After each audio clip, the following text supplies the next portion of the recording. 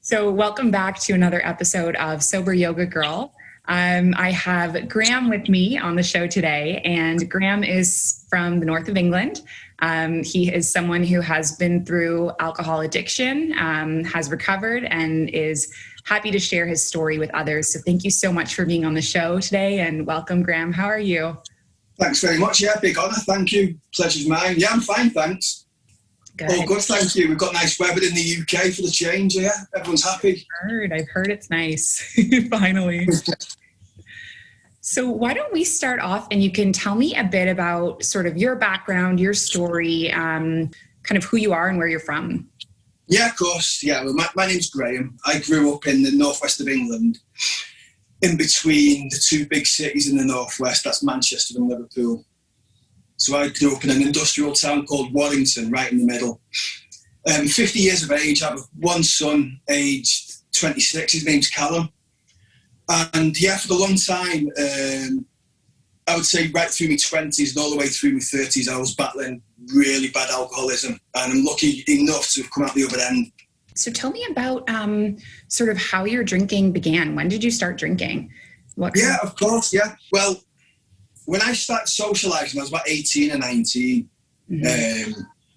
I wasn't a big drinker at first. It was more into the acid house scene. And that's a big thing in the north of England. The youth culture then was to go to big acid house parties, and it was taking ecstasy tablets and recreational drugs. It wasn't really centred on drinking.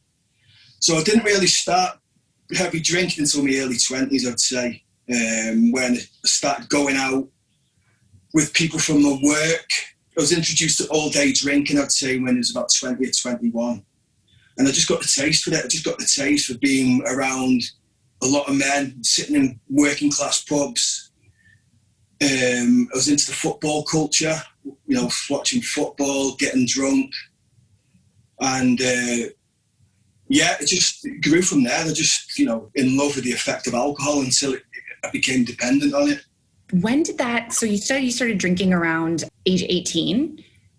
How did that progress over time? Like, tell me about what that was like. I wouldn't say heavy drinking at 18. I would say that heavy drinking started when I was about 20 or 21, when I started hanging around with older men. Because I worked in Manchester at the time, at a big warehouse, a really working class environment where everyone socialised together as well, even not only worked together. It was like one big family. We went out together after work and we hung about at weekends with the same people. And in that part of the world, Salford and Manchester, there's a big thing going out all day drinking. That's meeting at midday and drinking all the way through, right, maybe till 2 o'clock in the morning. So it's like going to all the pubs all around Manchester and then going to a club afterwards.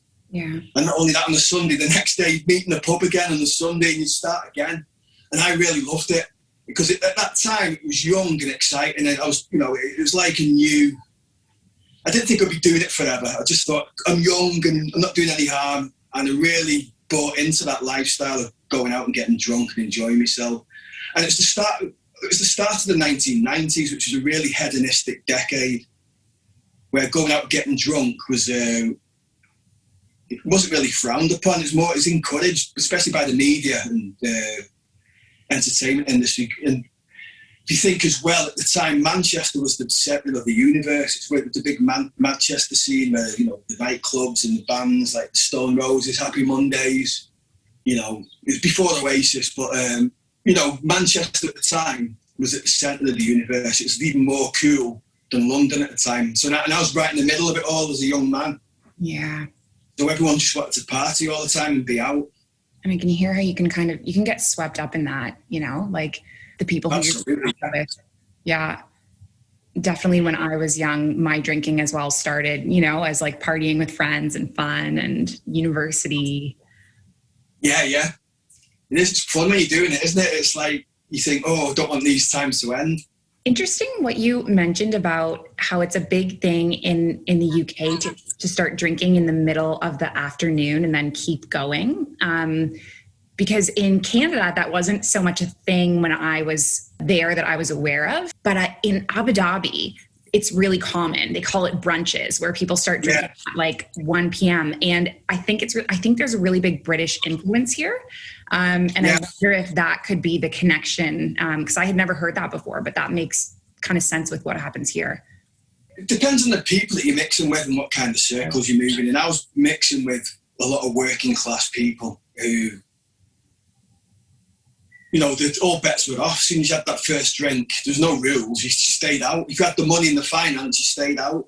And at the time, I had no children, no mortgage or no real responsibilities. All my wages were mine. And bring it on. We was out till all hours, and there was no rules. There's no going home and getting changed and coming back out. Once he was out, we was out. Yeah. And so when did it start to shift for you to be problematic? Oh, I would say as early as my mid-20s, I'd say. Mm-hmm. My hangovers got worse. I started feeling rough in work, and my performance at work just went downhill. I was coming in work and just bluffing the day, just watching the clock, because the effects of alcohol was starting to hit me. I was smoking tobacco as well, which smoking and drinking, my body just didn't like it, like the pair of them. It was affecting my health badly from my early 20s. Yeah. And then what was like the moment, or what made you eventually have to stop, or how did you sort of hit that point? I wanted to stop from my mid-20s. I remember at the time, I was 24 when my partner at the time was pregnant with my son, and I said, that's it, I'm quitting drinking when my boy comes. I'm quitting drinking and quitting smoking, and I'm going to be a good father, a good role model, and I just couldn't do it. Yeah. I didn't quit drinking until I was 40.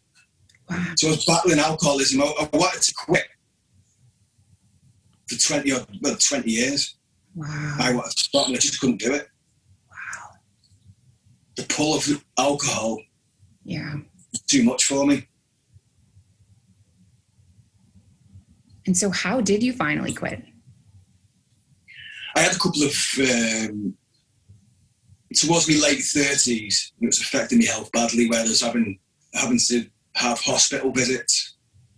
I was having to have medical detoxes. That's where they put you in a hospital bed. They put a drip inside you and they feed you up full of vitamins and drugs, to get you through the withdrawals. And I started having them kind of experiences, and it got worse. I had to have stays in psychiatric wards because I was seeing things and getting voices in my head. It was really bad. And I had a couple of bad visits where I was seeing spirits, of seeing things, of getting visits from entities warning me. And the last visit I had, I remembered it was February in 2011. It was a really bad visit. And from then, I've not touched a drop. That's 10 years ago. Wow. And what was different about that final sort of experience? Like, what was it that really, ended it for you? Good question. I don't know. It's just pure surrender, getting on my knees and reaching out to the spirit world and the higher powers that are out there that look after us. I just said, look at this. I can't beat this. Yeah. This thing's got me. I keep trying to quit. It keeps drawing me back in. And these spirits were saying, you want to get your act together, smarten your act up. They more or less said, you've got the capability of being a leader of men, and you're wasting your life, and you're a broken person.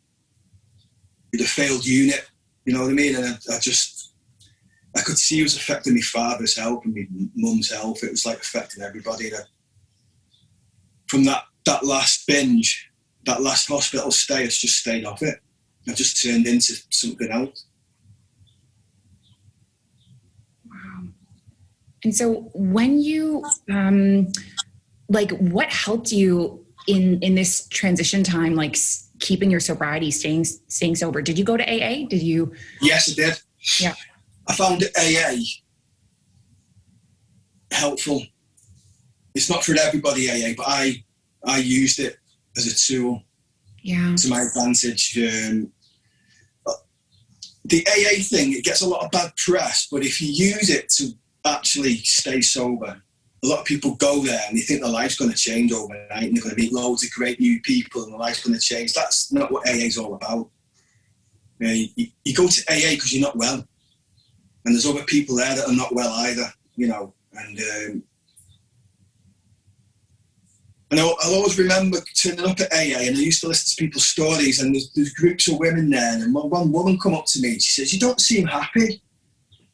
And I says, "Well, I'm not. I'm just recovering from alcoholism. I'm not here to have fun, I'm here to get better."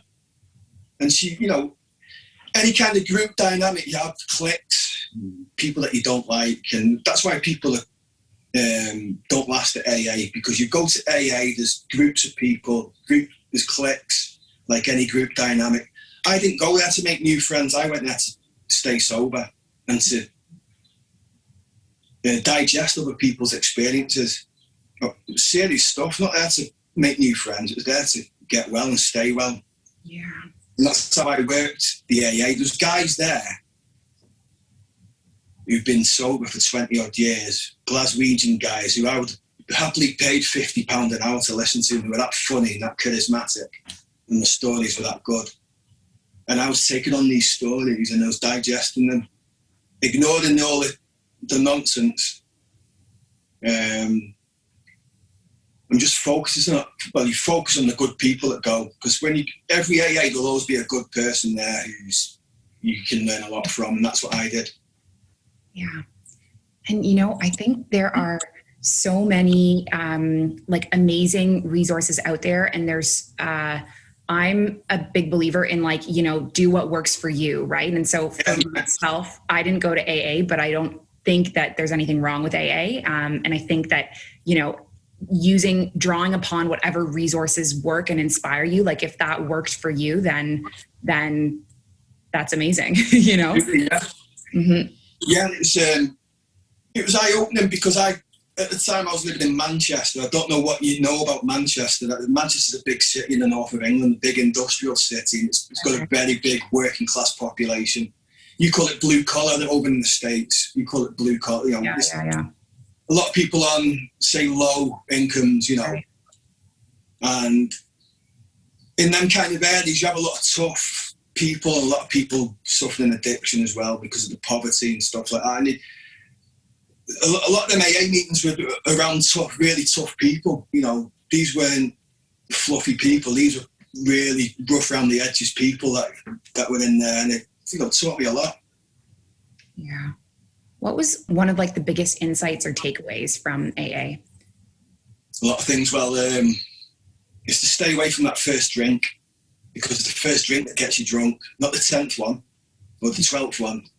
Because if you don't have that first drink, you won't have the 12th one. Yeah.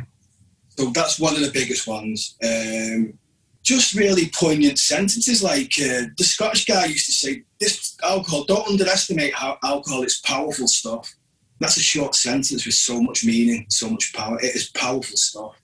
It's not just a drink. It's one drink could set you on the road to absolute destruction. This guy had been off the drink for 3 years, and he's with his family on New Year's Eve. You know, he's won his family back. Everyone was happy. He was off the drink, and it was like 1 minute to 12 o'clock. And this is a Scottish guy where New Year in Scotland's a big thing. Okay, he said, "I'll just have one whiskey at midnight to celebrate New Year, and that's all it'll be, one whiskey." Okay, he said this to his wife. That one drink of whiskey lasted 9 years. Wow. And during those 9 years, he lost 2 jobs.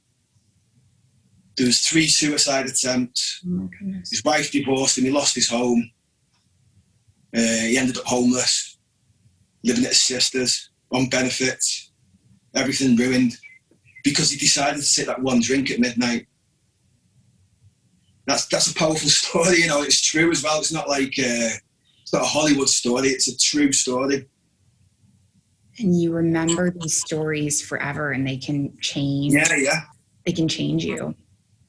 Of course, yeah. And that's why I went to AA, to listen to these stories. You know, it's not just me. It's gone through that. Don't get me wrong. I tried to clean up dozens of times. I went months without drinking and got myself back into work and got my finances in order and rebuilt relationships with the girls that I was with, and everything seemed to go fine, but it always drew me back. I always thought I was cured of it. I always thought, I've not drank now for 3 months, and this time it'll be different. This time I'll only drink weekends. Before you know it, within 2 weeks, I'm back in the hospital bed. You've been through so much. Yes, but I'm also very lucky as well. A lot of my friends have not made it. Yeah. Tell me about, like AA was one tool that helped you in your recovery. And you also mentioned that you're, very spiritual now and you're a Reiki practitioner. Is that a tool that helped you in your recovery as well? I'm not a practitioner. I go for Reiki sessions myself. I wish I were. Maybe in the future. The spiritual side of things is quite recent, to be honest with you, where I started reaching out to spiritual people. I've had spiritual experiences, but I didn't think about becoming spiritual myself, until maybe the last year or so, where I started reaching out to people that practice meditation and yoga and things like that, and I started talking to them because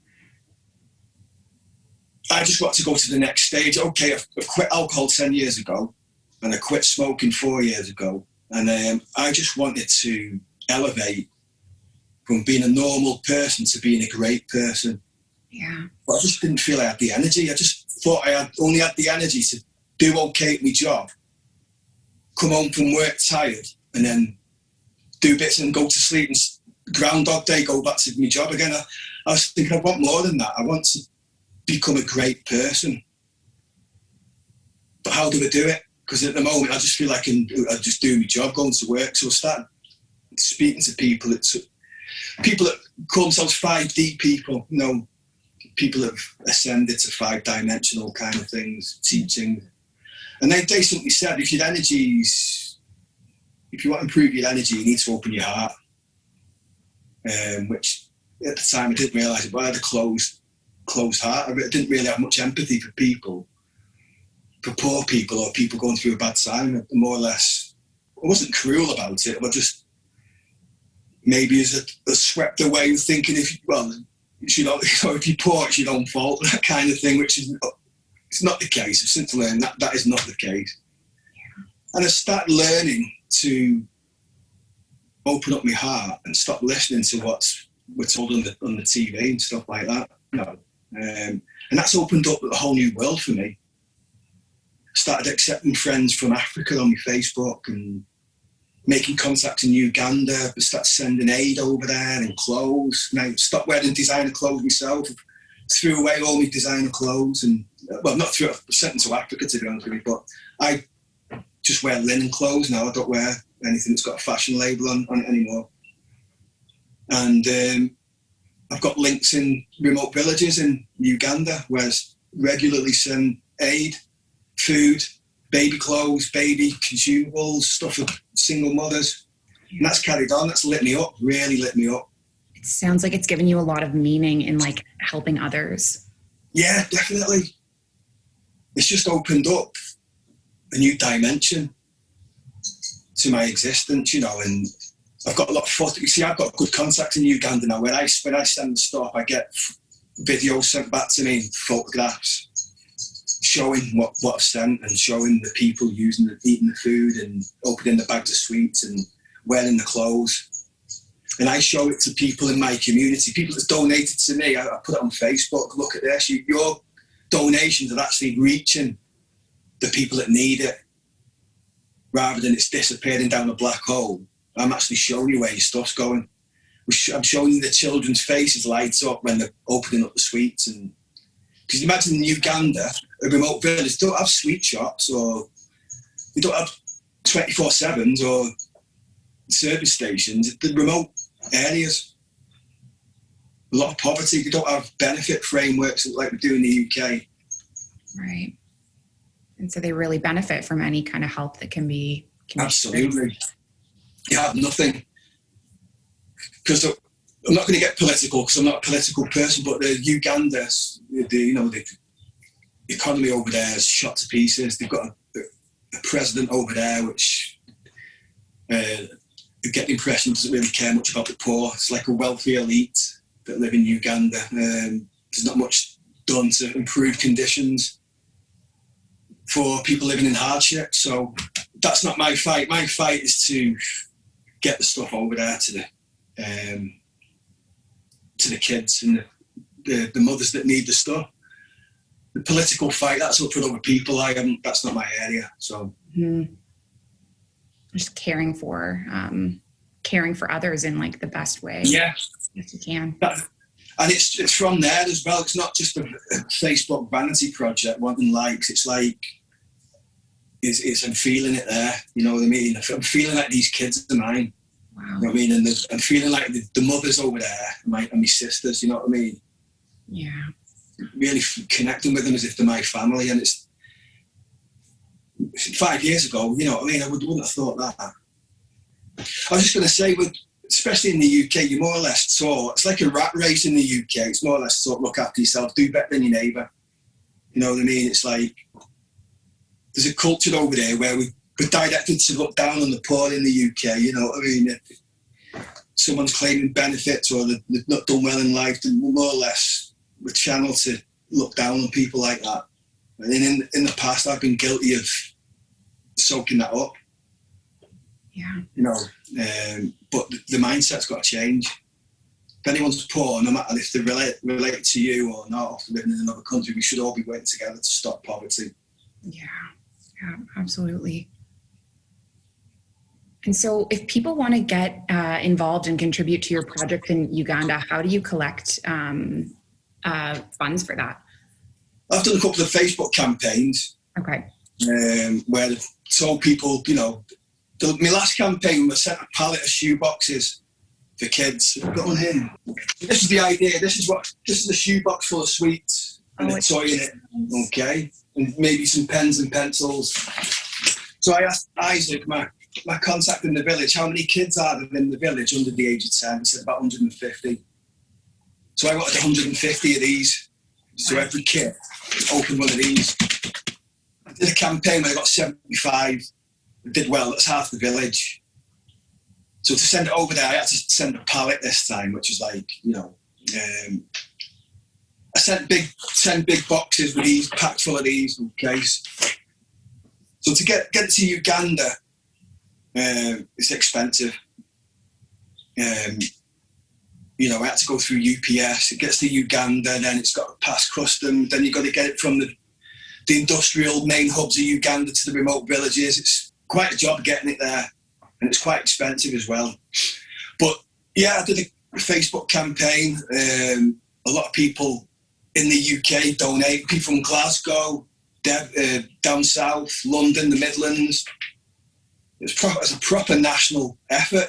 That's amazing. It's so, you know what I mean? It's really good. I'm like getting shivers as I hear about it. Like I can just hear how lit up you are by it and how passionate you are about it. Oh yeah, it's great. It's really good. And the kids that have missed out, I'm sending another box now. I think it's about 20 kids that missed out, and I've got the names of them as well. So every box has got their name on, and so it'll take me a couple of months to get to every child. But as long as I'm breathing, no child's going to miss out on one of these boxes in my village. That's so amazing. And so if anyone listening to the podcast wants to contribute or support that, how can they connect with you? Send me, at the moment, Facebook. Send me Facebook. And the last time I did a GoFundMe link where people can go on, make contributions to help the cost of shipping. Cool. I'm hoping to set up a proper company, a limited company where people can contribute small donations, maybe a couple of bucks a month. Mm-hmm. So the more money that comes in, the business model would be, okay, it costs about £100 a box to get over there. If I raised £100 a month, okay, to fill a box up full of sweets and stuff, that's not expensive, probably $20, you know what I mean? Yeah. It probably costs £120 to send £120 to send a box full of food and aid over there. So the more people that contribute, the more boxes I can send.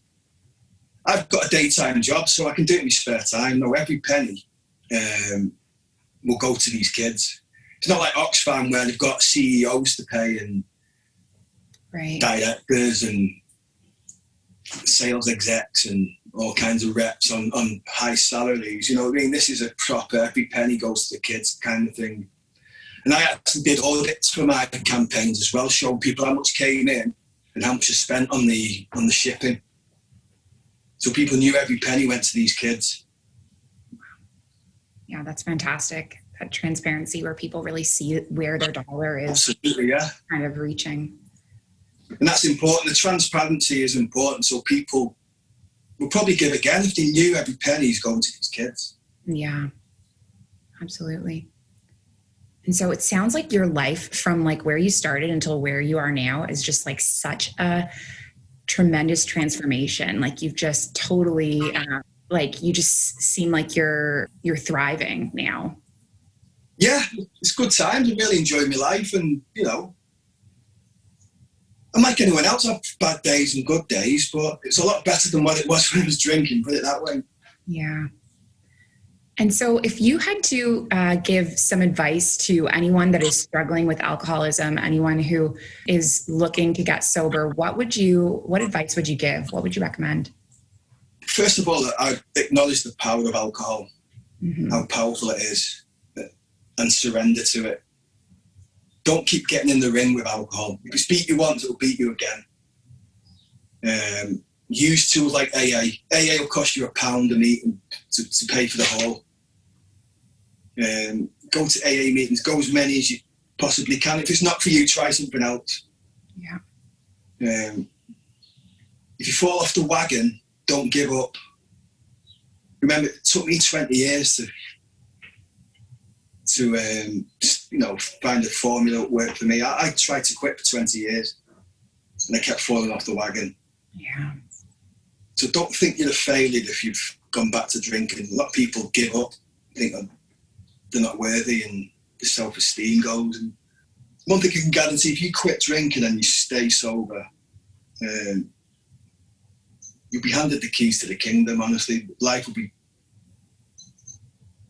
You can make life so happy, it'll be beyond your wildest dreams if you quit drinking and stick to it. Stay sober, stay away from that first drink, stay away from pubs and bars if you have to. That's what I've done. I go into a pub now to watch the football, and as soon as the football game's finished, I'm out the back door. I don't stay around drunk people. Mm-hmm. As soon as if we go to an event, if it's to do with work or a wedding or a christening, as soon as I want to go, I go. Don't feel obliged to stay around drunk people. Find different things to do. Yoga, sport, go to the gym. No, there's other things to do than sit in a pub or sit in a bar. Yeah. Wow, this is great advice. I think I got shivers when you were talking about, if you fall off the wagon, don't think that you're a failure, because I think it's so common that people can get into that headspace. They have one night off and then they just think, it's over, I'm done. And I see this happen often where people will kind of spiral in and out of, having a sober streak and then having one drink and feeling like it's over. And I love those words you said about, you're not a failure, get back up again, try again. Because I think that will resonate with a lot of people listening. Of course. Yeah. I mean, when I first quit drinking for the first couple of years, I felt like the invisible man. I felt like everyone was ignoring me. I stopped getting invited to events because, it felt like everyone else is enjoying themselves apart from me. Yeah. And it was a sad time the first couple of years. I needed to garner all my strength to stay off the drink. The first couple of years it can be quite tough. I remember one time, this is the toughest time, okay, and I remembered it. One time I was working at a catalogue place. It was in the sales where it was a sales job where it was like a call centre. And we all went to meet each other in the town centre. It was a beautiful sunny day. Okay, and we all spent the day with each other, and there was a party on at night, and they were all talking about meeting up for this party, and I couldn't go. I had to get on the bus and go home on my own. And I really wanted to go to that party, but I knew I couldn't go. And that was a pivotal point, that, you know what I mean? That could have gone that way or that way. Yeah. Because if I would have gone that party, I would have ended up drinking, and I would. that's the kind of things I had to do. I had to make decisions like that, strong decisions. Mm-hmm. So, you know, expect a little bit of sacrifice, expect some challenges. It's a rocky road, but if you come through it, imagine waking up every day looking forward to the day and trying to make a contribution instead of being scared of your own shadow. That's so beautiful. Well, thank you so much, Graham, for being on the show. It was so wonderful to kind of talk to you, hear your story, and get to meet you. Absolute pleasure. Thanks for having me on. You're welcome. And I'll put in the description of the bio, I can put a link to either, you know, your email or your any way to contact you if people want to get involved in your project for Uganda. Yeah, that'd be fantastic. Yeah, I've got quite a lot of friends on Facebook. I've got an open door policy with my Facebook friends. Anyone who wants to be my friend on Facebook, I'll welcome them. It's not a problem. Perfect. So then maybe I'll just put your name on Facebook and then I can find you there. I'm the same. I have so many Facebook friends. Yeah, that's what it's all about, reaching out to people, open door policy, yeah. Exactly. Yeah. All right. Thank you so much, Graham. Super, Alex. Thanks for having me on. You enjoy the rest of the day and hopefully we'll catch up again soon. Sounds great. Take care. Bye. Bye-bye.